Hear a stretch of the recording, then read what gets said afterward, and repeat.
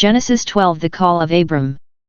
Now the Lord said to Abram, Go from your country and your kindred and your father's house to the land that I will show you. And I will make of you a great nation, and I will bless you, and make your name great, so that you will be a blessing. I will bless those who bless you, and him who curses you I will curse, and by you all the families of the earth shall bless themselves. So Abram went, as the Lord had told him, and Lot went with him.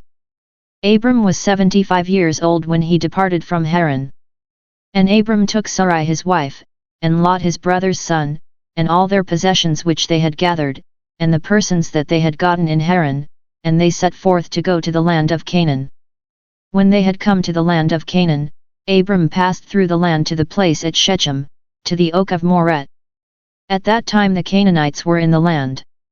Then the Lord appeared to Abram, and said, To your descendants I will give this land. So he built there an altar to the Lord, who had appeared to him. Thence he removed to the mountain on the east of Bethel, and pitched his tent, with Bethel on the west and Ai on the east, and there he built an altar to the Lord and called on the name of the Lord.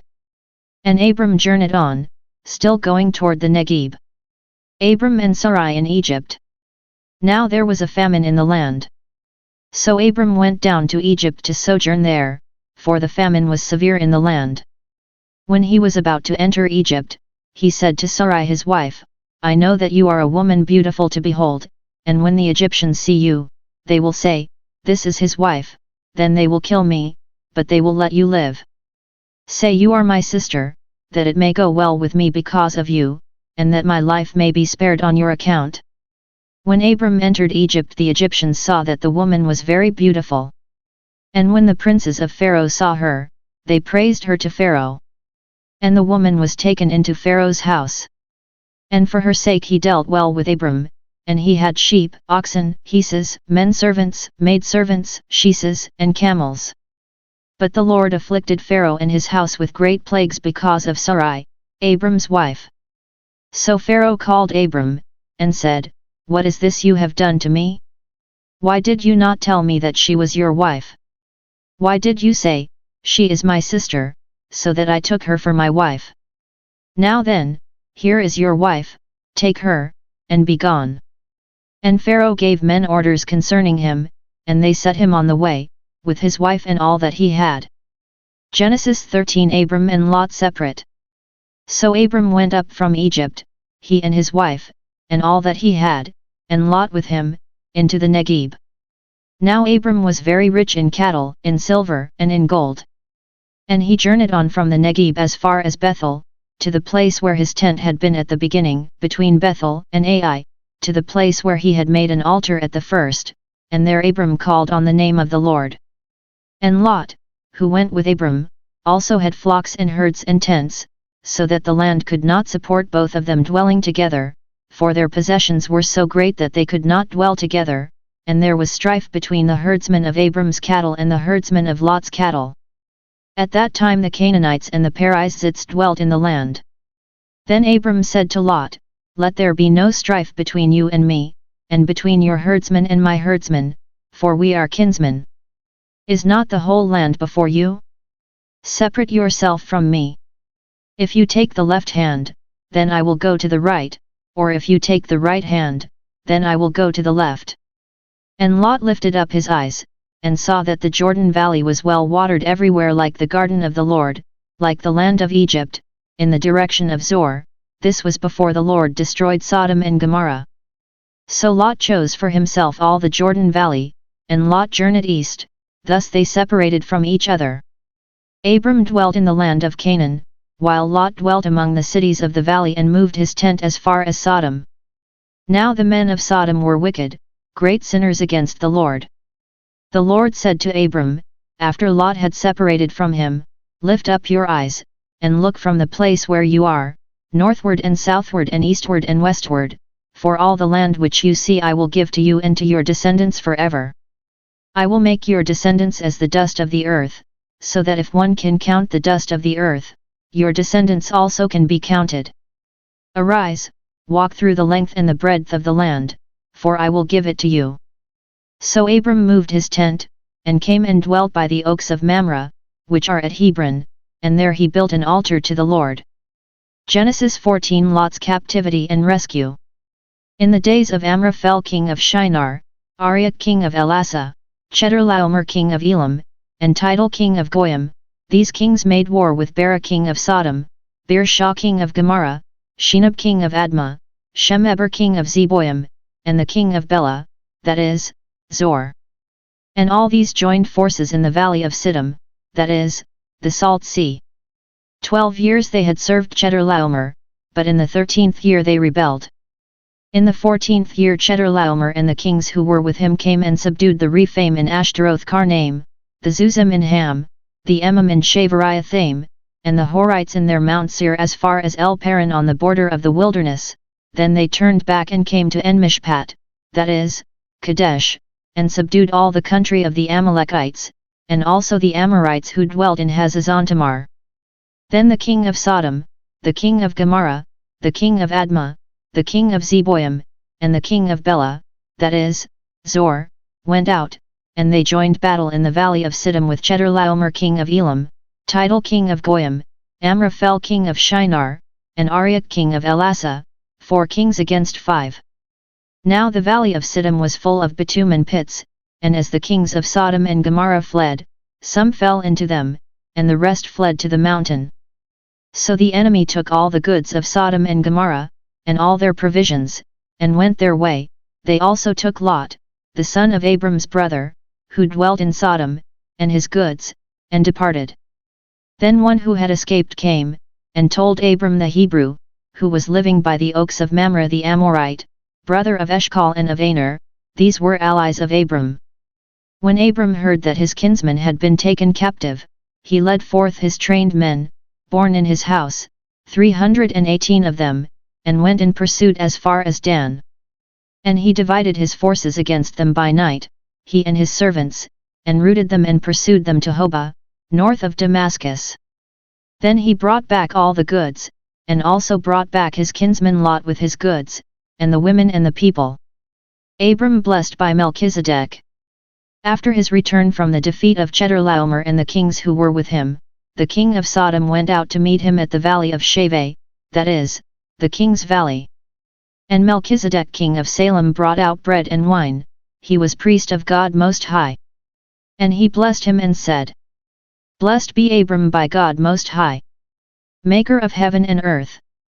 And blessed be God Most High, who has delivered your enemies into your hand. And Abram gave him 1/10 of everything. And the king of Sodom said to Abram, Give me the persons, but take the goods for yourself. But Abram said to the king of Sodom, I have sworn to the Lord God Most High, Maker of heaven and earth, that I would not take a thread or a sandal thong or anything that is yours, lest you should say, I have made Abram rich. I will take nothing but what the young men have eaten, and the share of the men who went with me, let Aner, Eshcol, and Mamre take their share. Genesis 15. God's covenant with Abram. After these things the word of the Lord came to Abram in a vision, Fear not, Abram, I am your shield, your reward shall be very great. But Abram said, O Lord God, what wilt thou give me, for I continue childless, and the heir of my house is Eliezer of Damascus.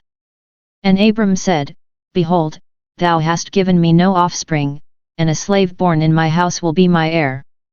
And behold, the word of the Lord came to him, This man shall not be your heir, your own son shall be your heir. And he brought him outside and said, Look toward heaven, and number the stars, if you are able to number them. Then he said to him, So shall your descendants be. And he believed the Lord, and he reckoned it to him as righteousness. And he said to him, I am the Lord who brought you from Ur of the Chaldeans, to give you this land to possess. But he said, O Lord God, how am I to know that I shall possess it? He said to him, Bring me a heifer 3 years old, a she-goat 3 years old, a ram 3 years old, a turtle dove, and a young pigeon. And he brought him all these, cut them in two, and laid each half over against the other, but he did not cut the birds in two. And when birds of prey came down upon the carcasses, Abram drove them away. As the sun was going down, a deep sleep fell on Abram, and lo, a dread and great darkness fell upon him. Then the Lord said to Abram, Know of a surety that your descendants will be sojourners in a land that is not theirs, and will be slaves there, and they will be oppressed for 400 years, but I will bring judgment on the nation which they serve, and afterward they shall come out with great possessions. As for yourself, you shall go to your fathers in peace, you shall be buried in a good old age. And they shall come back here in the 4th generation, for the iniquity of the Amorites is not yet complete. When the sun had gone down and it was dark, behold, a smoking fire pot and a flaming torch passed between these pieces. On that day the Lord made a covenant with Abram, saying, To your descendants I give this land, from the river of Egypt to the great river, the river Euphrates, the land of the Kenites, the Kenizzites, the Cadmonites, the Hittites, the Perizzites, the Rephaim, the Amorites, the Canaanites, the Girgashites, and the Jebusites. Genesis 16. The birth of Ishmael. Now Sarai, Abram's wife, bore him no children. She had an Egyptian maid whose name was Hagar, and Sarai said to Abram, Behold now, the Lord has prevented me from bearing children, go into my maid, it may be that I shall obtain children by her. And Abram hearkened to the voice of Sarai. So, after Abram had dwelt 10 years in the land of Canaan, Sarai, Abram's wife, took Hagar the Egyptian, her maid, and gave her to Abram her husband as a wife. And he went into Hagar, and she conceived, and when she saw that she had conceived, she looked with contempt on her mistress. And Sarai said to Abram, May the wrong done to me be on you. I gave my maid to your embrace, and when she saw that she had conceived, she looked on me with contempt. May the Lord judge between you and me. But Abram said to Sarai, Behold, your maid is in your power, do to her as you please. Then Sarai dealt harshly with her, and she fled from her. The angel of the Lord found her by a spring of water in the wilderness, the spring on the way to Shur. And he said, Hagar, maid of Sarai, where have you come from and where are you going? She said, I am fleeing from my mistress Sarai. The angel of the Lord said to her, Return to your mistress, and submit to her. The angel of the Lord also said to her, I will so greatly multiply your descendants that they cannot be numbered for multitude. And the angel of the Lord said to her, Behold, you are with child, and shall bear a son, you shall call his name Ishmael, because the Lord has given heed to your affliction. He shall be a wild ass of a man, his hand against every man and every man's hand against him, and he shall dwell over against all his kinsmen.